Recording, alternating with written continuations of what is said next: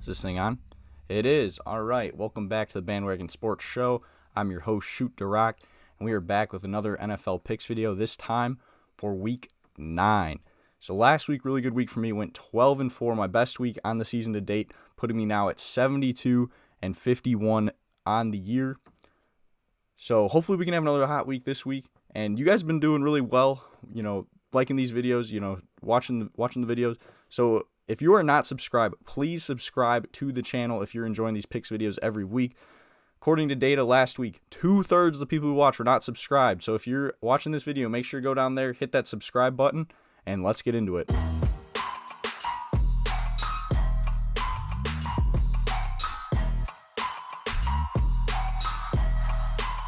So this week we got 15 games here in Week 9. The 4 that will be the Shoot DaRock Pick'em, that if you comment here on YouTube, Twitter, or Instagram, your picks for these 4 games, you get them all right, then Venmo you $5.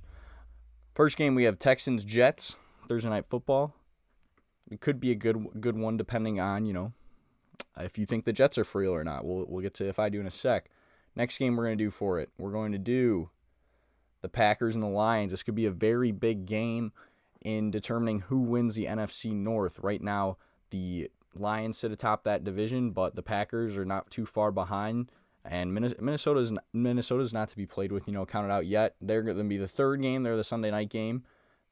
Colts heading to Minnesota, taking on the Vikings. I'm kind of surprised that one didn't get flexed for maybe that Green Bay-Detroit game. And then the fourth and final one, the Bucs at the Chiefs on Monday Night Football. So let's get here into my picks for every game. So like I mentioned, first we have Thursday Night Football. The Houston Texans head to the New York Jets. Jets are 1.5-point favorites in this one, with the over-under set at 42.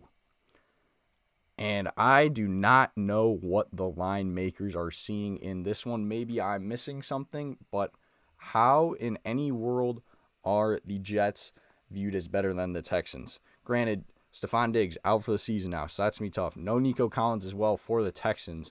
So Tank Dell's really going to have to step up, but he did that at times last year. The Texans, they got a good win last week as well, I believe. Yes, everyone played last week. They beat the Colts 23-20. Meanwhile, the Jets, they lost to the Patriots. The Patriots are not actively trying to win. So I just don't understand how the Jets are going to go from losing to the Patriots, one of the worst teams in the NFL, a team that's trying to get the number 1 pick, to then beating the Texans, a team that I view outside of Kansas City probably as the next best team to come out of the AFC. So I'm going with the Texans to win this one. I'm going to go with 23-20. The Texans have been playing a lot of close games, so maybe they keep that trend up, but I just have a hard time seeing them lose to the Jets. Now going on to Sunday's games. First one we have here, the 3-4 Dallas Cowboys head to the 5-3 Atlanta Falcons. Atlanta's a 2.5-point favorite with the over-under set at 52. So Atlanta, they are looking really good here to win the NFC South after knocking off Tampa Bay 31-26 last week. The Cowboys once again lost to the 49ers, but it was a close one. They made it interesting in the fourth quarter. 30-24 was the final score. So for me, Atlanta, like I mentioned, running away with the NFC South, probably a playoff team. But after they beat Tampa Bay on that Thursday night game, big win, momentum-shifting win, they kind of dropped a stinker the following week against Seattle. And they just overall have not been good at home this year. I believe all 3 of their losses have come at home. I should have that written down. But I know for sure lost to the Steelers week 1, lost a game to the Seahawks at home. Meanwhile, the Cowboys actually have been decent on the road. And like I mentioned, they did play 49ers tough. They didn't just roll over and die like I thought they might in that game. They came back, they fought. So I can maybe see, Atlanta has a bit of a stinker here. Dallas, they stick around, they come back. Atlanta's won a lot of high-scoring games. It really hasn't been they've put anybody away. So I'm going to go with the Cowboys to win this one. I'm going to go by a final score of 28-25. Then the next 1 o'clock or noon game, depending on where you live, on Sunday, we have the 5-3 Denver Broncos heading to the 5-3 Baltimore Ravens. Baltimore is a 9-point favorite in this game with the over-under set at 45.5. So Denver won convincingly against Carolina last week, and Carolina also one of those teams that's very bad. 28-14 win for the Broncos. But I was a little bit more concerned with the Ravens. The Ravens, lost in Cleveland 24-29 to the Browns. The Browns have just been one of the worst teams in football this year, really disappointing team. So the Ravens, they occasionally lay these stinkers. They had one against the Raiders in week 2 where, it's obvious now the Raiders are not a very good football team. Had me thinking there after that game that maybe they were, but they definitely are not. And Denver's been scrappy. They've been fighting. Like, this line of 9 points is a little high to me. Granted, my score prediction here, I do have the Ravens covering, but I could see this, maybe being a close game, but I think it's going to be a high-scoring one. I think, maybe Baltimore pulls away late. So I'm going to go with the Ravens to win this one. I don't think they have 2 bad performances in a row. Give me the Ravens 31-21. Next, you have an AFC East battle between the 2-5 Miami Dolphins and the 6-2 Buffalo Bills. Buffalo is a 6-point favorite in this one with the over-under set at 49.5. So last week, the Dolphins lost at home 28-27 to the Cardinals. Did get Tua back, but still lost. Like I predicted, that was an underdog pick that I got right. The Bills, they handled their business against the Seahawks very well. 31-10 win. They now come home, face Miami, a team that they've just kind of owned when they play in Buffalo and they play, when it's not a million degrees out in Miami in the beginning of the year. So I like the Bills to take this one. I think they're a far superior team. It shows record-wise 6-2 versus 2-5. This is just one of those years, the Dolphins just don't have it. Disappointing for them. A lot of teams in the AFC have just been very disappointing this year. Dolphins are definitely one of them. I'm going to go with the final score of Buffalo wins 31-17 in this one. Next, we have an NFC South matchup. The 2-6 New Orleans Saints head to the 1-7 Carolina Panthers. This is going to be a really, really bad game. These are 2 bad teams. People were high on the Saints thinking they were going to be good. They started off 2-0. They've now lost 6 straight games, including a 26-8 loss to the Chargers last week. Did not look good at all in that. Like I mentioned earlier, Panthers lost to the Broncos. So I'm not very high on either of these teams, but I just think Carolina, I guess, is worse. Their only win coming in that game against the Raiders on the road. So I'm going to go New Orleans to take this one. I really don't have a whole lot to say about it. The Saints are a 7.5-point favorite with the over-under set at 43.5. I don't think I said that when I was introducing this game. I'm going to go with the Saints to win this one. I'm going to go 21-14, just kind of throwing one out there. Maybe the Saints get in the end zone a couple times just because Carolina's that bad, but Carolina's also been able to score a couple. So we'll give them 14 points again. 21-14, Saints win. Next, we have those Oakland Raiders, or Las Vegas Raiders now, that I just mentioned.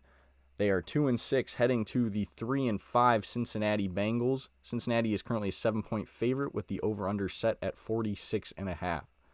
So the Bengals lost last week, 37-17 to the Eagles. That was one of those where not super high on either team. I don't really know if the Eagles are good or if they just played a bad team, the Bengals, but I'm just tired of picking the Bengals and getting burned. However, the Raiders are very, very bad. They lost 27-20 to the Chiefs, so actually kind of made it a respectable game, but they've definitely just kind of punted on this season after trading Devontae Adams. Gardner Minshew's been playing quarterback, so just not a great team. So while Cincinnati, I am, very disappointed. So much like the Dolphins, the Bengals are a very disappointing team this year. Really not a great year for them. But their offense at times has been able to score points, and I kind of just think that's what it's going to be. They're going to outscore the Raiders in this one. I think they have the better offense, and while their defense is horrible, I think they'll be able to overcome it in this game. I'm going to go with the Bengals to win this one. I'm going to go by a final score of 27-20. Next, another battle of 2 mediocre AFC teams. The 4-3 Los Angeles Chargers head to the 2-6 Cleveland Browns. The Chargers are currently a 1.5-point favorite in this with the over-under set at 43. So the Browns actually did have a good win last week, knocking off Baltimore at home, one of the top teams in the AFC, like a team that's definitely going to be competing for the number 1 overall seed in the AFC. So that's a really good win for them. The Chargers, like I mentioned, they didn't win as well, knocking off the Saints. So 2 teams coming off of wins. Very honestly kind of rare to see with a lot of these AFC teams. The Chargers, I think the Chargers can be good. I think they're a year early, like next year, I think they'll be a serious contender in the AFC. So I like the Chargers more than I like the Browns. One thing to be wary of, this is one of those where a West Coast team heads, they're playing in Cleveland's Eastern time. So They're going to be playing at what's usually 10 a.m. local time. So that could maybe the travel messes them up a little bit, especially, being at home last week, now having to go on the road, where Cleveland, home for the second week in a row here. But I do just have more faith in the Chargers. I think they're the better team. So I'm going to go with them to take this one. I'm going to go by a final score of 21-17. Then we head over to the NFC, an NFC East battle. The Washington Commanders, 6-2, head to the 2-6 New York Giants. Washington currently a 3.5-point favorite in this one, with the over/under set at 43.5. So Washington, miracle win last week. Sorry for my Bears fans who are listening. I know it was a very tough game for you. They win on a last-second Hail Mary. Jaden Daniels, whips it down there. Tony Romo tried saying put in Marcus Mariota because of Jaden Daniels' rib injury. That was really stupid because it worked. Granted, he did leave the ball short of the goal line, but ball pops up in the air. Noah Brown's behind the pile, catches it, winning touchdown at the buzzer. Commanders take it. Giants, on the other hand, they played the Steelers tough in the first half. It was 9-9 at halftime, a lot of kicking duel, but Steelers had a couple big plays in the second half, went on to win. So Giants, they fall 26-18 to the Steelers. So short week now here for the Giants, coming off a tough loss. Commanders coming off a very big win. And this is one of those, I'm just going with the better team. A lot of times this week, I'm just going with the better team. It's paid me off pretty well last week. There's a couple underdog spots I looked at. I hit a couple of them, but just right now, it was really those first two, that Jets game and that Falcons Cowboys game, where I liked the underdogs in the Texans and the Cowboys. I'm really just not seeing a reason to take the underdog here. So I'm gonna go with the Commanders, the better team. Give me Commanders to win 24-20. Then we have a matchup between two bottom feeders in the AFC to round out the 1:00/noon slate. The 2-6 New England Patriots head to the 1-6 Tennessee Titans. Tennessee is a 3.5-point favorite in this one, with the total set at 38. So for this one, like I mentioned, the Patriots did have a big win last week. They knock off the Jets 25-22. Titans, on the other hand, just got absolutely dominated by the Lions, 52-14. And now I'm looking at it. I don't know why. In my original picks and what will be up on Blitz Sports Media, I picked the Patriots, or I picked the Titans, but I don't really know why, to be honest. They just got blown out. The Patriots, they won a good game. They're maybe putting some things here together with Drake May. I'm definitely taking Drake May over Will Levis. So, I'm actually going to switch this up. This must have been a misprint by me. I'm going to go with the Patriots to win this one, and I'm going to go by a final score of 20-17. Then we move on to the late slate. The 4-3 Chicago Bears head to the 4-4 Arizona Cardinals. Arizona's a 1-point favorite in this one, with the total set at 44.5. Like I mentioned, the Bears coming off a tough loss, heartbreaking loss to the Commanders on a Hail Mary, where the Cardinals, one of my underdog teams last week, went on the road to Miami and got a big win. So the Bears, man, I think the guys are starting to turn on Matt Eberflus a little bit. There was a lot of, just kind of commotion, being like, we should have never been in that situation. Like, they just gave up a 15-yard play before the Hail Mary to put the Commanders in that space. You got Tyreek Stevenson taunting fans before the play, and then they have to be like, turn around, bro, go cover the play. So I think they got to rally back. They got to win this one. So the Cardinals, they are 4-4, but I think some of their wins have been against inferior opponents, just like not good teams. Like the Dolphins are not good. So I'm going to go with the Bears to take this one. I think they bounce back this week. Give me Chicago to win. I'm going to go by a final score of 24-21. Then we move on. The other 3:05 game. The 2-6 Jacksonville Jaguars head to the 5-2 Philadelphia Eagles. Philadelphia is a 7.5-point favorite, with the over/under set at 45.5.